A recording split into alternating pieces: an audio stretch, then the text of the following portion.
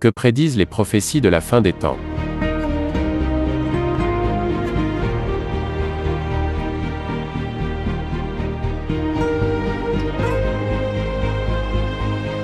La Bible contient beaucoup de choses relatives à la fin des temps. Voici un très bref résumé de ce que les Saintes Écritures disent des temps de la fin.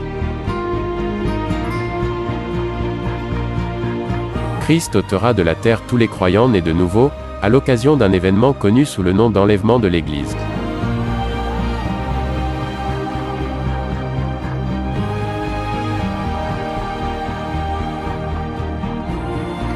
Devant le trône de jugement de Christ, ces croyants recevront une récompense pour leur bonne œuvre au cours de leur vie sur terre, ou perdront ces récompenses à cause de leur manque de service. Ceux-ci ne perdront pas la vie éternelle. L'Antéchrist prendra le pouvoir, et signera une alliance avec Israël pour une période de 7 ans, connue sous le nom de tribulation. Pendant la tribulation, il y aura des guerres, des famines, des plaies et des catastrophes naturelles terribles. Dieu déversera sa colère contre le péché et la méchanceté.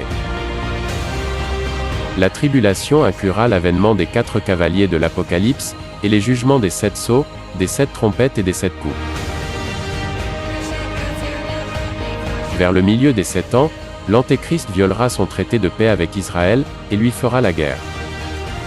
Il commettra l'abominable dévastation, et établira une image de lui-même dans le temple de Jérusalem pour qu'elle soit adorée. La deuxième moitié de la tribulation est connue sous le nom de Grande Tribulation, ou de période d'angoisse pour Jacob.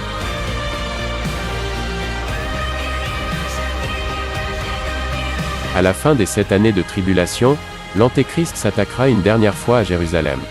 Le point culminant de cette attaque sera la bataille d'Armageddon. Jésus reviendra, détruira l'Antéchrist et son armée, et les jettera dans les temps de feu.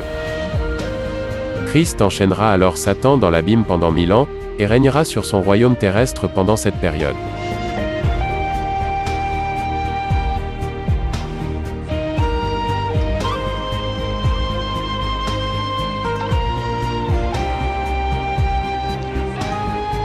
À la fin de ces 1000 ans, Satan sera libéré, encore vaincu, puis jeté dans les temps de feu.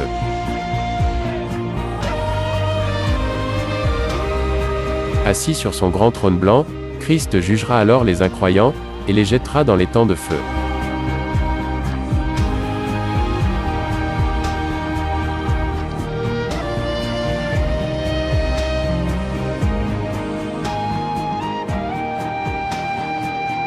Puis, il créera un nouveau ciel et une nouvelle terre, qui deviendront la demeure éternelle des croyants.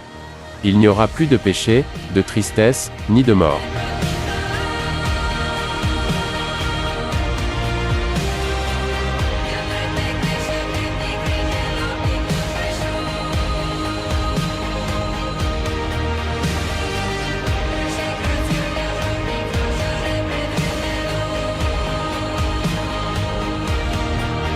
Chers amis, la meilleure des choses pour nous aujourd'hui en tant que disciples de Christ, est de nous sanctifier quotidiennement, tout en demandant à Jésus, la grâce de pouvoir faire part à l'enlèvement de l'Église, et ainsi échapper à la tribulation qui vient bientôt sur le monde.